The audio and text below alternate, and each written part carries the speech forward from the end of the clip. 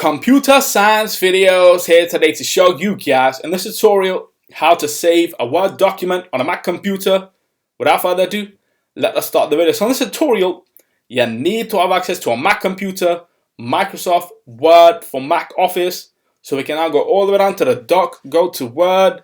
If we have a document open, click that to open. To save this, we can either do Command S.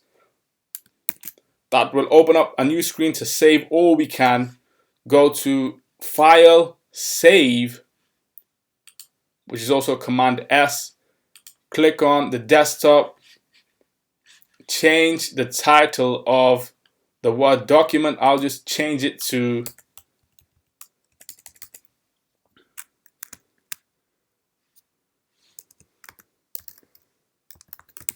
Five Things. Click on Save, and now this is being saved to the desktop, so we can quit Word. The document that we were working on previously is now saved. If we open up the document again,